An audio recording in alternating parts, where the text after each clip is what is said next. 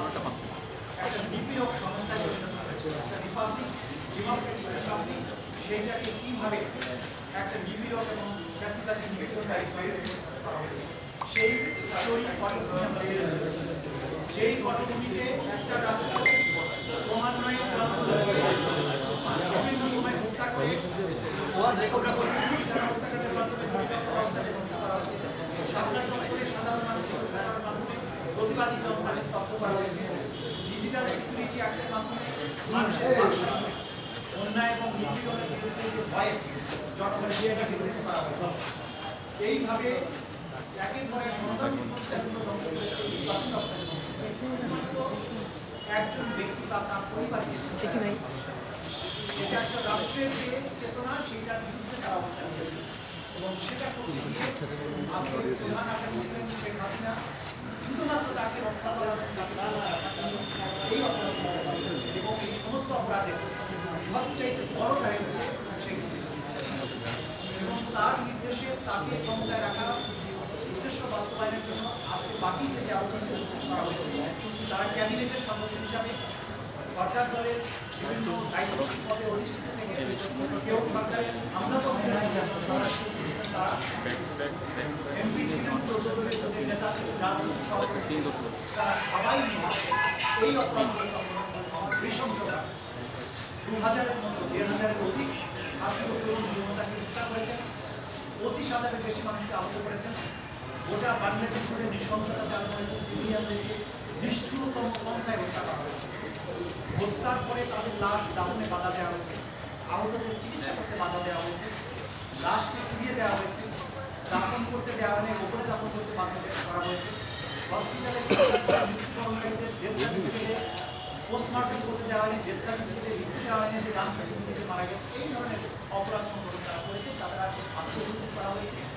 আমরা যেটা আদালতের কাছে জানিয়েছি যে এই অপরাধ একই সাথে সারা বাংলাদেশে 56,000 বর্গমাইল জুড়ে একদম ব্যাপক ভিত্তিক মাত্রায় পরিণত হয়েছে এবং টার্গেটেড ওয়েতে পার্সিকিউশন করা হয়েছে।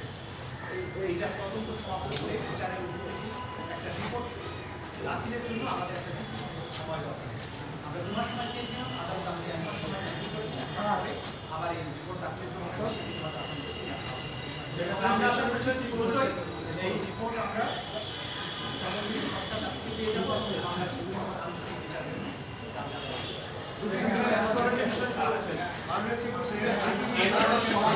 বসেন বসেন বসেন।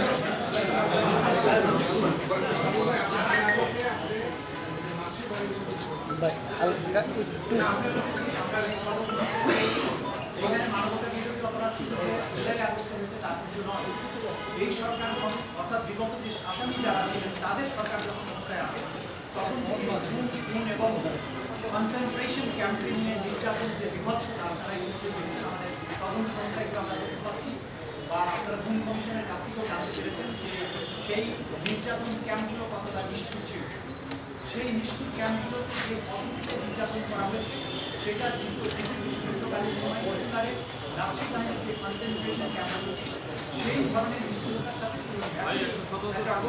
সেই কথাগুলো আমরা বলেছি এরা শুধুমাত্র গণহত্যা করেছে তাই নয়, অপহরণ এবং কারাগারে আটক এবং টর্চারের যত ফর্ম আছে সেই ফর্মে মানুষদেরকে টর্চার তারা করেছেন তার মাধ্যমে নারীদের সেই নৃশংসতার সৃষ্টি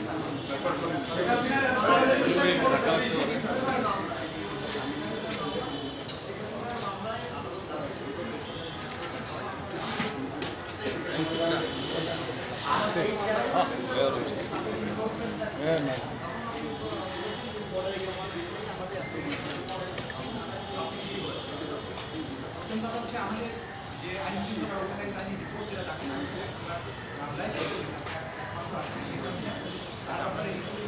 দেশের বাইরে বেরিয়ে আছে, ভারতে অবস্থান করছে। সেজন্য আমাদের পক্ষ থেকে আমরা ফরমাল রিকোয়েস্ট পাঠিয়েছি বিচারপতির কাছে রেড নোটিসের মাধ্যমে তাকে পেলে যাওয়ার গ্রেপ্তার করা হবে। পরবর্তী পদক্ষেপ বাংলাদেশ সরকারের এর বাইরে পদক্ষেপ আছে, যেহেতু তার বিরুদ্ধে মানবতা বিরোধী অপরাধ সংগঠনের অভিযোগ আছে এবং তার কাছে গ্রেপ্তারি পরোয়ানাকারী আছে। তাকে ভারতের সাথে সম্পাদিত যে অপরাধের পরিসংখ্যান সেটা মূলে তাকে ফেরত যাওয়ার জন্য বাংলাদেশ গভর্নমেন্ট চিন্তা করছেন বলে গতকাল প্রতিমান করিতে না থাকে। সুতরাং সেই প্রক্রিয়াতেও বাংলাদেশ যেটা আমরা আপনার দ্বিতীয় প্রশ্ন ছিল যে যারা এখানে আজকে আপনাদের তৈরি করেছেন যে 13 তাদের বিরুদ্ধে সিভিল রেসপন্সিবিলিটি ছাড়া কোনো কিছু আছে কিনা।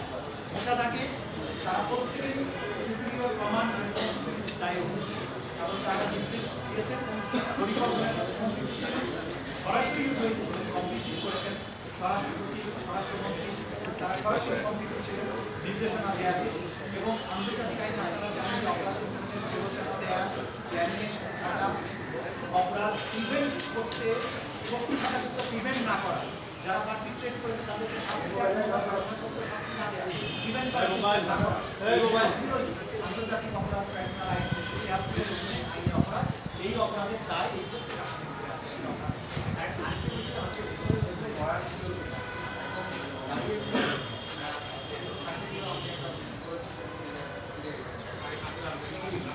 ডিফেন্সের পক্ষে বেশ কয়েকজন আইনজীবী তাদের আলোচনা দাখিল করেছেন, কিন্তু তাদের কাছ থেকে শুধু একজনের জন্য একটা পিটিশন ছিল, সেই পিটিশনটি ছিল অভিযোগের কপি সরবরাহ করা পর্যন্ত সেই পিটিশন দাখিল করা হয়নি। সুতরাং এই পিটিশন হিসেবে সেটা গণ্য হয়, ভবিষ্যতে সেটার ব্যাপারে অন্য যারা আলোচনা দাখিল করেছেন বিভিন্ন ডিফেন্স সাইটে তারা কোনো পিটিশন দাখিল করেনি, তারা কিন্তু অনুরোধ জানিয়েছিলেন আসামিদের সাথে কথা বলার জন্য। আদালত সেটা মঞ্জুর করেছেন, বলেছেন রেজিস্ট্রারে কথা বলেন না।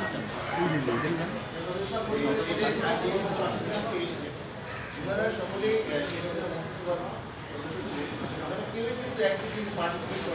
কিভাবে সেটা আমাদের কোর্টে যখন আমরা প্রেজেন্ট করবো তখন বুঝতে পারবেন। আমি বিভিন্ন প্রমাণ পেয়েছি, দীর্ঘ পটভূমি আমি কোর্টে উল্লেখ করেছি, সেখান থেকে আপনারা বুঝেছেন।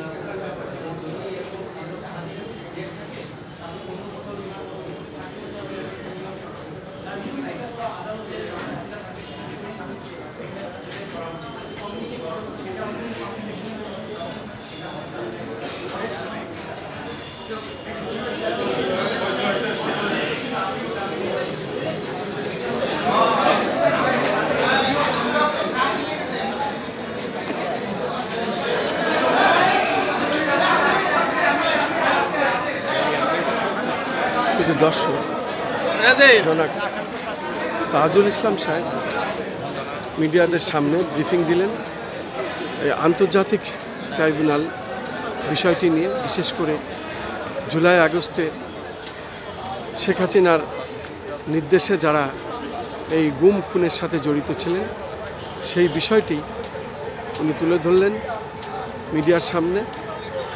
এবং আজ প্রথম এই আন্তর্জাতিক ট্রাইব্যুনালে শেখ হাসিনার ফিরিয়ে আনার জন্য আন্তর্জাতিকভাবে যে আইন আছে সেই বিষয়ে উনি বিস্তারিত কথা বলেছেন এবং ফিরিয়ে আনার প্রসেস শুরু হলো আজ থেকে।